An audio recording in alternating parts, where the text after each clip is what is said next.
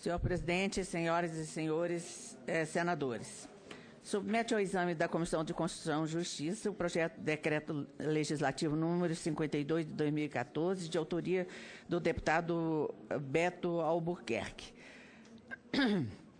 A iniciativa, como Vossa Excelência já colocou, já leu, eu acredito que todos os senadores têm o relatório em mãos. O artigo 1º do projeto susta os efeitos da RDC, número 52 de 2011, da Anvisa. O artigo 2º determina que o decreto legislativo dele resultante passe a vigorar na data de sua publicação.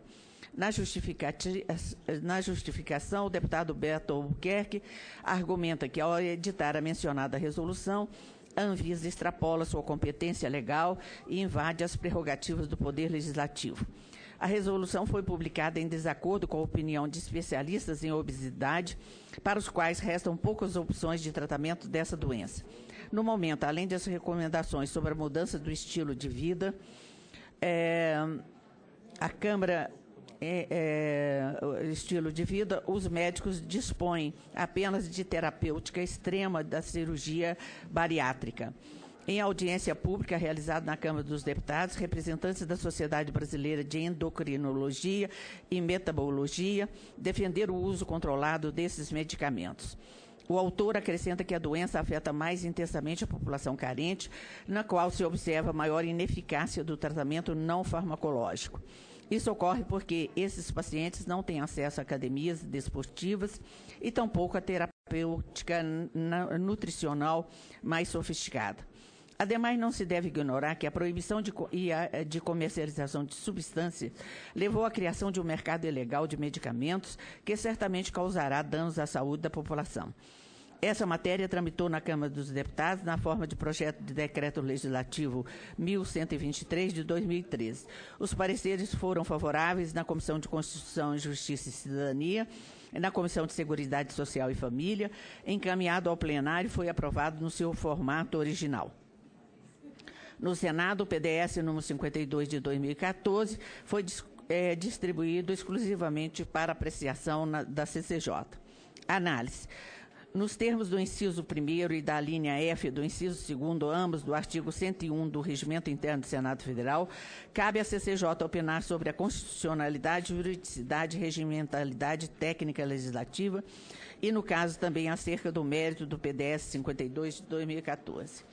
Quanto à constitucionalidade, a proposição se enquadra nos princípios inseridos no artigo 49, inciso 5 e 11 da Constituição da República, mediante os quais incumbe ao Congresso Nacional zelar pela preservação de sua competência legislativa, sustando atos normativos editados pelo Poder Executivo que exorbitem de seu poder regulamentador.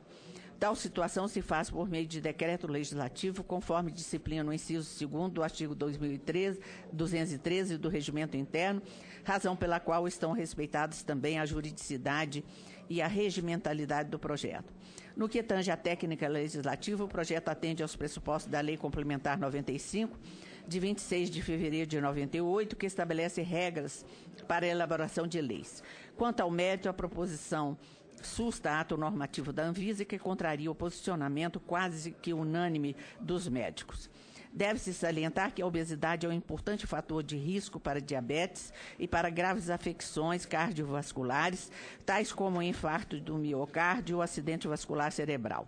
Segundo o Ministério da Saúde, essas doenças são as principais causadoras dos óbitos no Brasil. Por isso, tratar a obesidade corresponde a reduzir a mortalidade do povo brasileiro.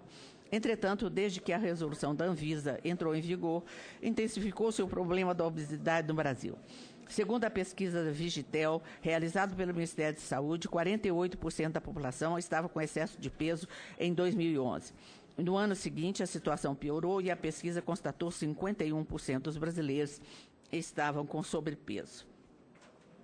A proibição desses medicamentos reduziu as opções terapêuticas para a obesidade. Como forma de tratamento, os pacientes recebem, na maior parte dos casos, orientações para mudança no estilo de vida, dieta hipocalórica e atividade física. Para o tratamento farmacológico, restaram somente o Orlistat e a sibutramina.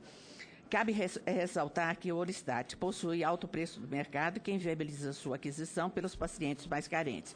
No caso da sibutramina, a Anvisa passou a exigir do médico o preenchimento de um termo de responsabilidade no ato da prescrição.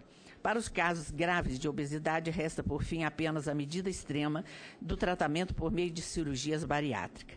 Não se sustenta o argumento de que esses medicamentos podem causar efeitos colaterais graves. Qualquer fármaco é possível de gerar reações indesejadas.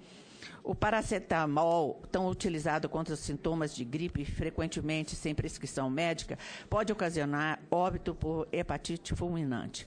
O dever do médico é prescrever de forma ética e responsável. Isso significa indicar os medicamentos segundo as características de cada paciente, de forma que os benefícios clínicos superem os riscos de efeitos adversos. Por isso, não cabe a uma autarquia definir o conteúdo de uma prescrição médica. Deve-se ressaltar novamente que a resolução da Anvisa recebeu ampla oposição dos médicos especialistas em obesidade. Em audiências públicas realizadas na Anvisa e na Câmara dos Deputados, representantes do SBEM e da Associação Brasileira para o Estudo da Obesidade, ABESO, manifestaram seu pleno desacordo. Mesmo assim, a agência desconsiderou o posicionamento técnico-científico dos médicos e, em 6 de outubro de 2011, proibiu a maioria dos medicamentos utilizados para tratar a obesidade. Pode-se concluir que o RDC 52 de 2011 afronta o inciso 13 do artigo 5º da Constituição da República, pois interfere no livre exercício da profissão médica.